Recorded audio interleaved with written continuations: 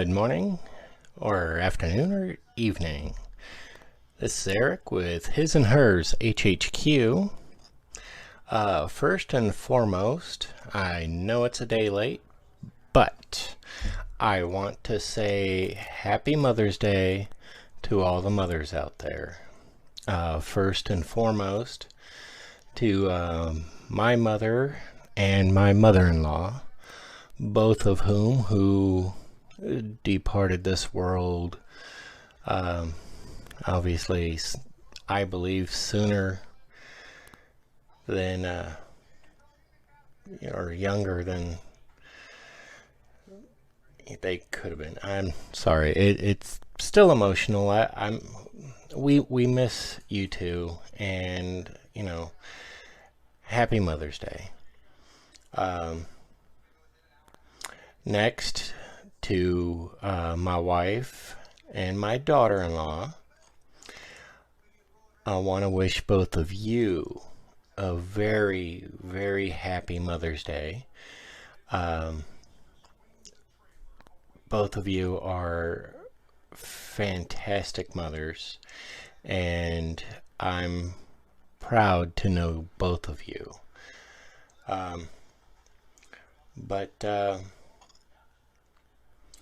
So, again, I know it was a day late, but to all the mothers out there, Happy Mother's Day.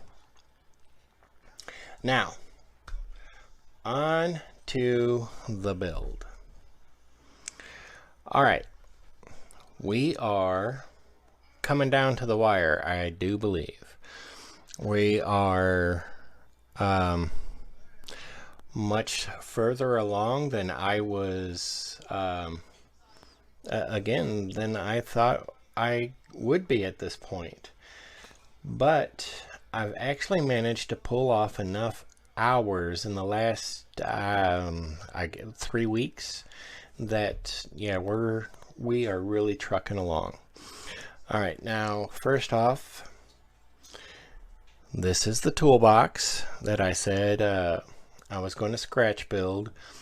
Yes, that is actual twine. Very little twine. It would be like 1-inch diameter rope if this were actual size for this box. It's kind of like kind of like an ammo box or something like that. I do have some more weathering to do with this, but we're going to put more than tools in here. I've got some chain, and I'm going to get some chain in here, and I'm thinking that's going to look real good right there in the bed. This is just an idea of what we're looking at here. And for the most part, I'm sure a lot of you will look at it and go, boy, it's busy. But I know if you look at it with all of this done, that will go right there. Too bad it doesn't stay standing on its own, so you could get a sense of it. But yeah. And of course the bottles will go in there. I'll put a spare tire here, and the jack and the jack handle will go in the bed here somewhere. I think I'm going to do the boards need a little bit more. I'm going to do like oil stains or grease stains, something like that for the wood. But otherwise, the reason why I was really kind of looking forward to this video is I wanted to be able to compare and contrast. Now, this is your basic weathering. Again, there were a few little spots that the paint itself was a little bit thicker than other spots. So like this here was kind of thin, but getting up in here was actually a thicker paint job. So I don't know how how it did it, but it does. So it's got a little bit through to the plastic, but that's okay, because when we do the rest of the effect, you won't be able to see that. Same with the tailgate. But with the tailgate, I did mention in the previous video how I do try to do small circles, and that was really easy on the fenders. Now, getting my big old finger up in here to do that was a bear, but with the wet sandpaper kind of balled around, I was able to get a little bit of rotation up in the walls, especially on the inside here. But what we're going for, the compare and contrast, is this is the effect of just a flat red primer and the paint job, and you get this really cool effect. I mean, you know, except for where you went through, but you get this really cool effect, this really worn look by itself. What I did with the cab is what we're going for with the bed. Just a compare and contrast here, so you get the whole sense of where we're going. I said we're not going to rusted out wreck, so it's not a rusted out wreck, but there is plenty of patina on this, and that's what we were looking for. What we did was start with this and then sponged on various layers of paint, starting with, believe it or not, brown oxide. It's a slightly lighter tone than the red, and it gets this really nice, and like in here, this area is really heavily padded, and I do have, here we go, the sponge. It's really heavily, I just kept at it. Of course, you know, you dab off the sponge until there's almost no paint, but then you just keep going and keep going and keep going, and you get this nice color gradient.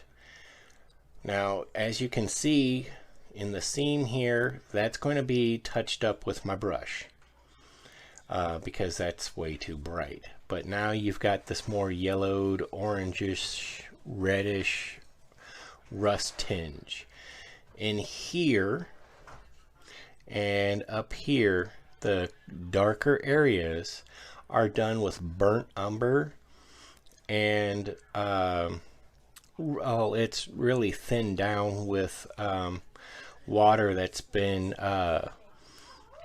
dealt with, a drop or two of Dawn dish soap in a cup about this big. And all I'm doing is getting the area wet after I get all the sponging done, and then getting the brush wet, dipping it in the burnt umber, and start tapping it in there, and you get this gradient because it spreads it. And then what you do is you come back, wipe off the brush, clean the brush, and you just keep coming back, going like this, and you're bringing out the excess water and the excess paint, because you don't want that film to build up at the edges of the water.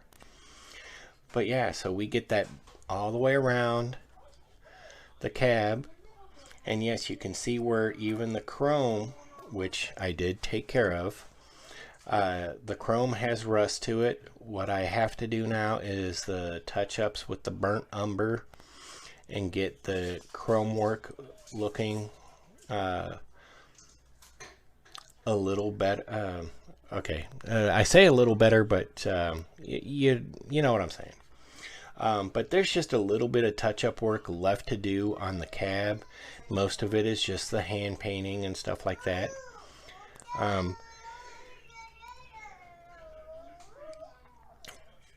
Pardon me. I have to touch up the sill in the back because I'm just doing the window seal.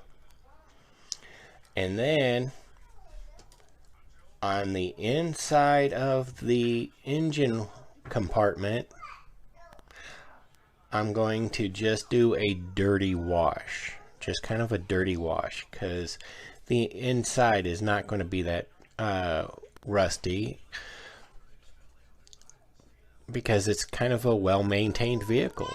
The outside just has that patina to it, and that's what we're looking for.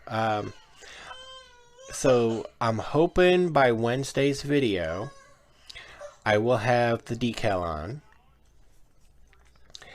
and have the cab attached to the frame, at least the cab. This is that bumper I showed you, which when attached will go right about like this. I think that looks real sharp. But I mean, well, actually, that's the point. I think it looks real sharp. And I hope those gentlemen down there at the downtown service station like it too. I have to do the dust dirt look on this, but otherwise it's ready to go. That interior speedometer and everything, that was kind of a bear to do, but I got it done. I don't know how well you can see it. The point is I'm going to dull down the steering wheel and whatnot. But yeah, we've already got a little bit of dirt and a little bit of wear scraping on the steering column itself. But see, these things are the way this works. The reason why this is still sitting out. Oh, and while I'm thinking about it, I'm going to put something on the dash, actually on the dash, like a dirt rag or a grease rag or something like that, you know, just where they wipe their hands and toss it up. It's going to look like a service truck. That's the point. But that goes in place in here after we put in the windows, and then everything goes together on the chassis. So I had this thing nice and mocked up, but you know, anyway, so this is what we're looking at interior wise. This is the seat cover. I went with kind of a burgundy-ish seat cover. It turned burgundy with by mixing the wood glue and barn red. Mixing those and then watering it down and then dipping the tissue paper in it, and this is what you wind up with. And how I managed to get the extra effect on it, the worn effect, first off, as I was getting this situated, I was keeping my brush moistened with the water glue mix and sitting here and smoothing it out, playing it out, and what you get is a cloth-like texture to it. And I wish you could feel it, but once the cab's in place, you can look, but you will never be able to touch this again unless the model is somehow taken apart. But anyway, what I did was using this brush and my soft pastels and assorted earth tone chalks, I brushed in the various colors to get more of a muted, even like this little oil stain here, or slight staining. I did that, and you get the dirty, dusty look in the back. The heavily worn spot from somebody sitting here all the time. that was done with a white and a I want to say a really light desert tan-ish, and it's just brushed in right as the seat cover was not quite completely dry, but that was the point. And that really loud scream was my granddaughter. Love her to pieces. She is all over the internet now. All right. So anyway, that's where we're at. My goal is to have, again, it's a goal, is to have a really good progress video on Wednesday, and then have this done by Sunday. So come Monday, when the final photos, the reveal photos are posted, the downtown service station will have this in their possession. So remember, it's a promo build for the downtown service station, 117 Historic Route 66 East in Waynesville, Missouri. Stop in, get your gas, vehicle inspections, oil changes, tire issues, and light duty maintenance. Stop in while your vehicle is getting done. You can get yourself a drink, maybe a bag of chips, a light snack, something. Sit down and enjoy the family-friendly atmosphere, and be sure to give them a shout out and say hi. But anyway, I'm Eric with His and Hers HHQ here on YouTube. You can follow us over on Facebook at His and Hers Hobby Headquarters. Be sure to take a moment and like the videos if you find them useful. Subscribe to the channel and help us grow. We're promoting we're promoting local businesses. We're promoting scale model building. So help us grow. And just a quick side note, I got information on some new video editing software. My son has downloaded it, and he's already done 2 videos for his own channel. And the graphics, the content, everything is much, much clearer and much better. So I'm hoping that this video, which will have all the new stuff with it, is far better and far easier to watch. Again, thank you for watching. Thank you for choosing His and Hers HHQ. And thank you for your subscriptions. Have a good day.